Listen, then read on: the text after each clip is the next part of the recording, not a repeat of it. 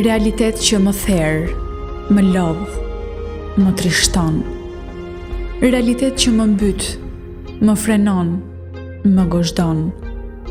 Ndihem keq për atë që kuptoj, jo se se pres, por larg meje shpresoj. Realitet ku nuk mundem do të ndryshoj, ku vetë bie pre sa herë që gaboj.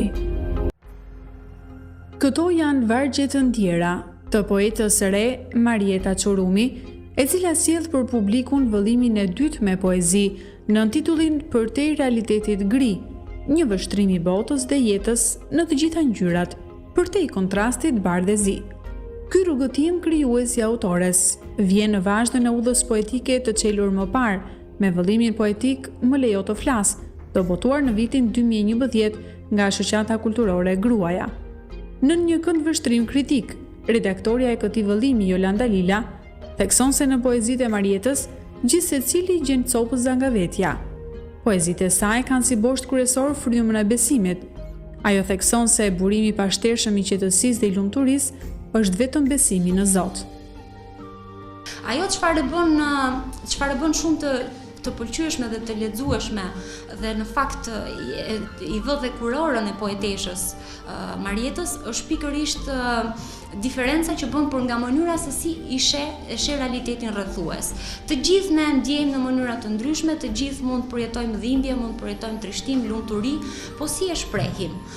Mënyra se si e shpreh Marieta na bën që secili të gjejmë grimcat të vetvetes në vargjet e saj.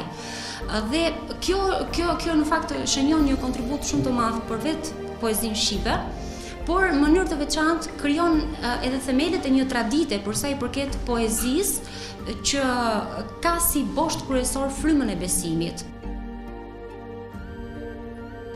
Titulli mrekullueshëm i Kuranit, në zemrën time hap dyert e imanit. Mbi tokë asgjë më shumë se sa ti nuk më gëzon, brenda shpirtit asnjë emocion s'të ngjason. O Zot i zemrës, i jetës, i botës, mbushe zemrën time me Kuranin, fjalën e së vërtetës.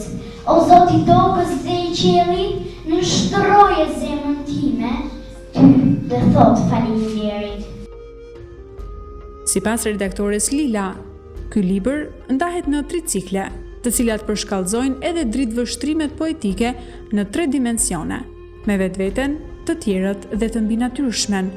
Është kjo filozofi që udhëheq qenie njerëzore që për krijimin të saj. Ky libër është ndarë në 3 cikle, 3 cikle që përkojnë me 3 mesazhe të forta, dhe pikërisht nga vetë titujt ne mund t'i kuptojmë këtë lloj mesazhesh që është realiteti dhe realiteti unë dhe ti dhe mbi realiteti ngri. Dhe kjo duket sikur të fut paksa dhe në atë filozofinë e qenies njerëzore, sepse vetë qenia njerëzore ndërtohet nga një lloj relacioni triadik, le themi, me vetveten, me mikromjedisin, makromjedisin dhe me krijuesin, me atë çfarë është mbi natyrshmja.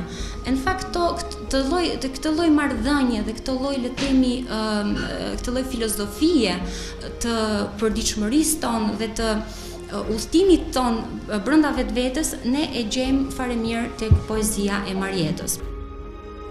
Autoria thotë se poezitë e saj janë frymëzimi i momentit, pas çasteve të gëzueshme apo të trishta të jetës. Pavarësisht se është mjaft e ngarkuar jo vetëm si nën, por edhe si grua në karrierë, Marieta gjen gjithnjë kohën e duhur për të hedhur në letër ndjenjat e saj, duke marrë shkas nga ngjarje dhe situata të përditshmërisë. Kur mërziten zakonisht ose kur jam shumë e lumtur, po më rrallë kur jam e lumtur, më shumë kur jam e mërzitur, më vjen natyrshëm dhe nuk sado që përpiqem ta ndryshoj vargun, sado që përpiqem të ndryshoj fjalët, e kam shumë të vështirë të ndryshoj. Shumica e fjalëve dhe vargjeve janë të pandryshuara siç janë shkruar në shkrimin e tyre të parë, pavarësisht ndoshta atyre minuseve ose defekteve që kanë, po prap ajo jam unë ato vargje, nuk mund ndryshoj dot.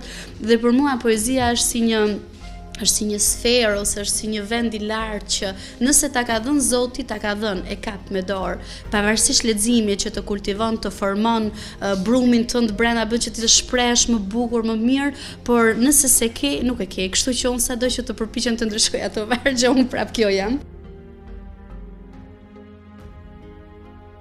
A munden ma tigrat ballë me i bahjenave, lugetërve ditës që në qytet kanë ra. A mundet liria me kene lirë, kur fjalla në gjua shnien pirë.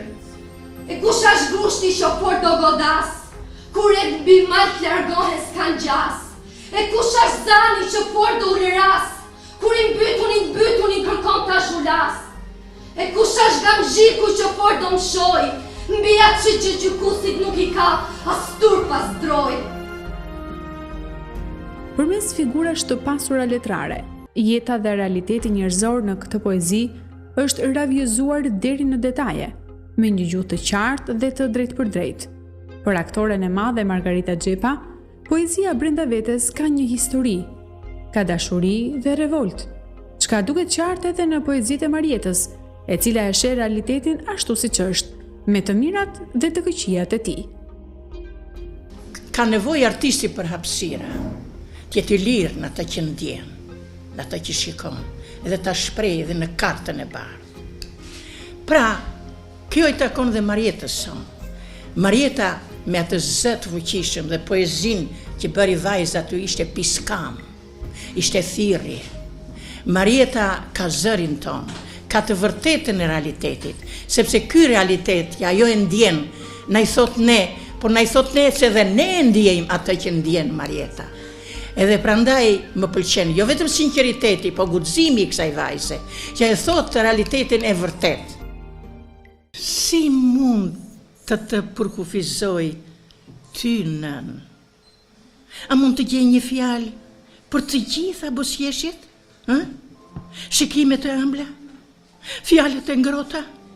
Këshillat e mençura, netët pa gjumë, copëzat e shkëputura të sakrificave të parreshtura, durimin e raskapitur nga mira thirrje nën.